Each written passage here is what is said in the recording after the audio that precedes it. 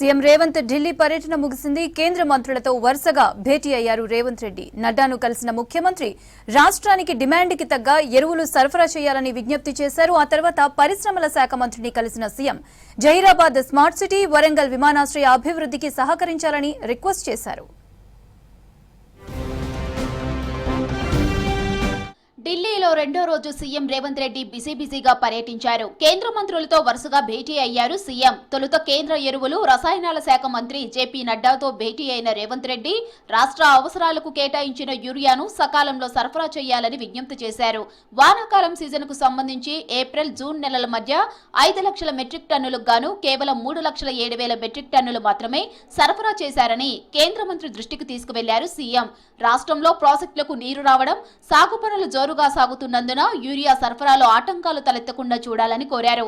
July నెలకు సంబంధించి 63 metric టన్నులు దేశీయంగా ఉత్పత్తి అయిన యూరియా, 97 మెట్రిక్ టన్నులు విదేశాల నుంచి దిగుమతి చేసుకున్న యూరియా రాష్ట్రానికి సరఫరా చేయాల్సి ఉండగా ఇప్పటి వరకు కేవలం 29,000 మెట్రిక్ టన్నుల యూరియా మాత్రమే సరఫరా చేశారని కేంద్ర మంత్రికి తెలిపారు.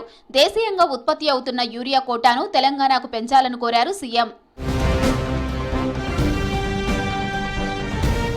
కేంద్ర మంత్రి పీయూష్ గోయల్ తోనూ భేటీ అయ్యారు CM Revanth Reddy. Zaheerabad smart city అభివృద్ధికి సహకరించాలని కోరారు. స్మార్ట్ సిటీకి అవసరమైన నీటి సరఫరా, విద్యుత్, ఇతర వసతుల కల్పనకు 596 కోట్లు త్వరగా విడుదల చేయాలన్నారు. వరంగల్ విమానాశ్రయానికి ఆర్థిక సాయం చేయాలని విజ్ఞప్తి చేశారు. హైదరాబాద్, విజయవాడ పారిశ్రామిక కారిడార్ ఫిజిబిలిటీని అధ్యయనం చేస్తున్నట్లు కేంద్ర మంత్రి దృష్టికి తీసుకువెళ్లారు సీఎం. హైదరాబాద్, బెంగళూరు పారిశ్రామిక కారిడార్ ను ఏరో డిఫెన్స్ కారిడార్ గా మంజూరు చేయాలని కేంద్ర మంత్రిని కోరారు.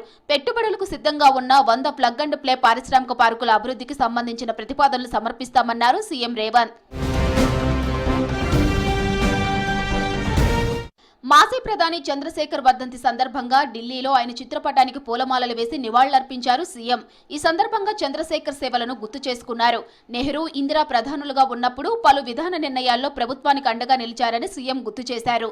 కార్యక్రమంలో ఎంపీలు మల్లు, చామల, ప్రభుత్వ క్రీడా సలహాదారు జితేందర్ రెడ్డి పాల్గొన్నారు. వైద్య ఆరోగ్య శాఖలో భారీగా ఉద్యోగ నియామకాలు, సీనియర్లకు పదోన్నతులు కల్పిస్తూ ఉత్తర్వులు జారీ చేసింది సర్కార్. అన్ని మెడికల్ కాలేజీలు, టీచింగ్ హాస్పిటల్కు రెగ్యులర్ పద్ధతిలో పాలనాధికారులు నియమిస్తూ జీవో రిలీజ్ చేసింది.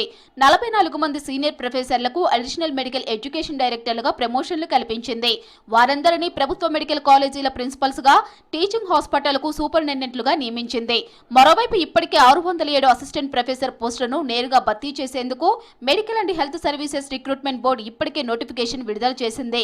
ఇవి కాక సుమారు మరో 714 పోస్టుల భర్తీకి ఆర్థిక శాఖ ఆమోదం తెలిపింది. ఈ పోస్టులను కూడా త్వరలోనే భర్తీ చేయనున్నారు అధికారులు.